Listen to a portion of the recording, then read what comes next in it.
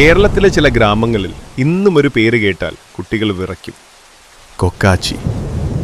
രാത്രിയിൽ ഉറങ്ങാതെ ഇരിക്കുന്ന കുട്ടികളെ തേടിയെത്തുന്ന ഒരു ജീവി. വികൃതി കാണിക്കരുത്, ഉറങ്ങിക്കോ, ഇല്ലെങ്കിൽ കൊക്കാച്ചി വരും. പഴയകാലം മുതൽ അമ്മമാർ പറഞ്ഞിരുന്ന മുന്നറിയിപ്പ്. പക്ഷേ ചിലർ പറയുന്നു അത് വെറും കഥയല്ല. ആദ്യം കേൾക്കുന്നത് ചെറിയ ചിറകിന്റെ ശബ്ദം.